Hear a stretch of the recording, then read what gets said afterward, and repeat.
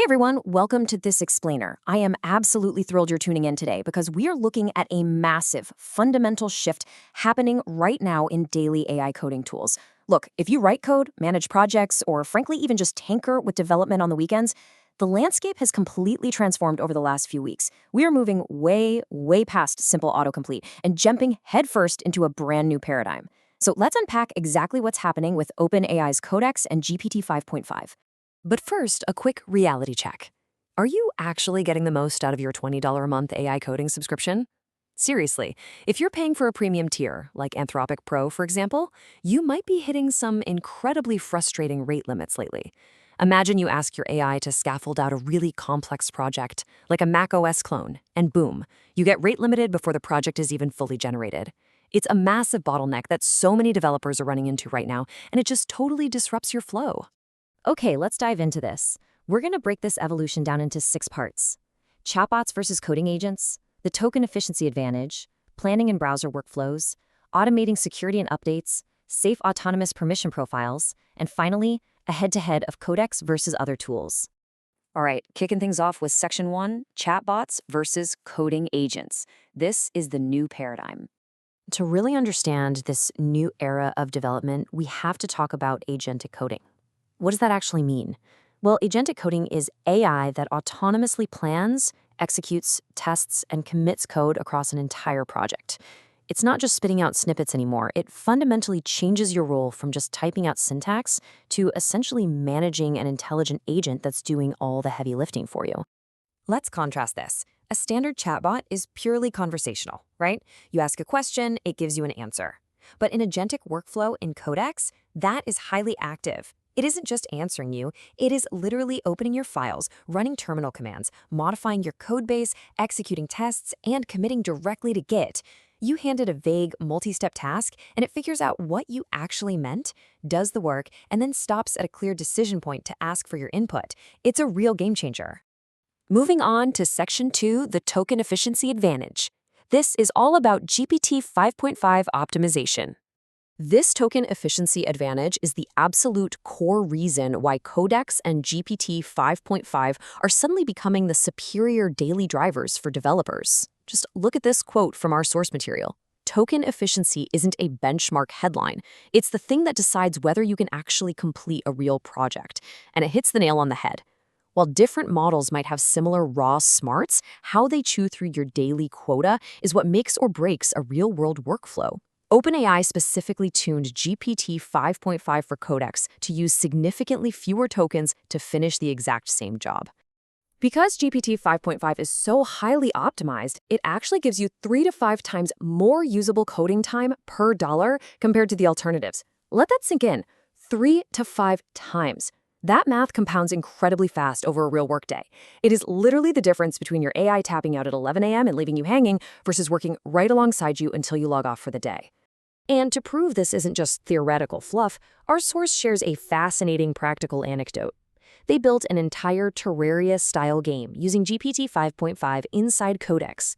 Because Codex now integrates directly with GPT Image 1.5, the model automatically generated the visual game assets. We're talking background tiles, UI icons, character sprites, right in line without the user ever having to switch tools. And the kicker? The whole project burned less than 25% of their daily quota. That is practical real-world efficiency. Which brings us to Section 3, planning and browser workflows. Let's look at how we verify these complex tasks. Now, what's really interesting about this slide is how it solves the problem of AI going completely off the rails.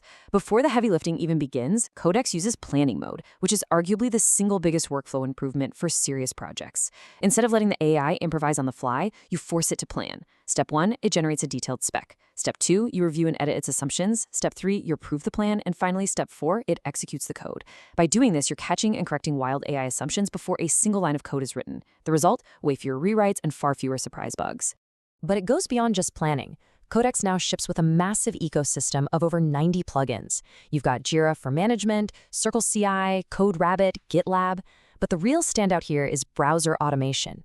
You can hand Codex a task and it will actually open an in-app browser, run your local front end, click through the actual UI, inspect what your users will see, and check the console logs. It completely closes that frustrating build and verify loop that AI coding agents have struggled with for years. All right, Section 4, Automating Security and Updates. Let's talk about scheduled autonomous jobs. This is where we see Codex going way beyond just writing code. It starts acting almost like an automated project manager running in the background. You can actually configure scheduled autonomous cron jobs for all those tedious tasks you hate doing. For example, you can have it pull fresh AI news, summarize it, and drop a clean markdown brief directly into your notes every single morning. But practically speaking, for development, you can schedule it to run routine code quality scans, automated security checks, and background dependency updates.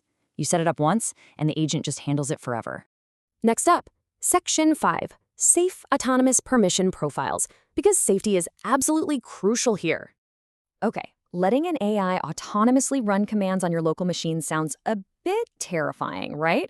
I'd be worried too. But to manage this safely, Codex uses 3 distinct permission profiles. First, there's default, which runs entirely inside a safe, restricted sandbox.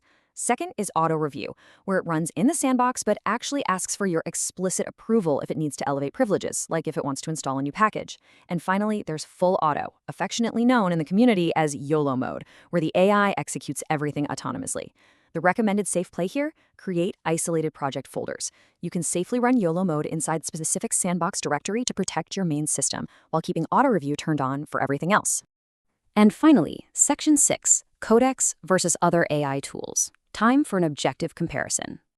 We've talked a ton about what Codex can do, but it's really important to look at the landscape objectively, especially against its main competitor right now, Claude Code. On one side, OpenAI's Codex wins heavily when it comes to token value, again, getting you those 3 to 5 times more usable hours, and its massive 90-plus ecosystem of plugins, including that amazing browser automation.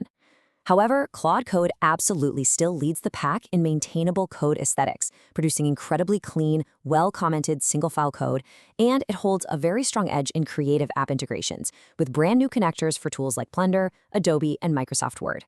So, summarizing the main takeaway from all our sources today, while the AI landscape is shifting constantly, literally week by week, right now, the math and the workflow integrations strongly point to one clear conclusion. GPT 5.5 combined with Codex is the recommended daily driver if you are doing continuous, heavy coding work. The token efficiency gap is just way too real to ignore when you are spending hours and hours inside these tools. I want to leave you with this final thought to chew on. As these tools evolve from mere chatbots answering our questions into fully autonomous agents managing entire project pipelines, how will autonomous agentic workflows change the way you plan your next big project? Are you going to spend way less time typing syntax and much more time reviewing plans and managing agents? It is such a fascinating space to watch, and I highly encourage you to go out and experiment with these workflows yourself. Thanks so much for joining me on this explainer, and keep building.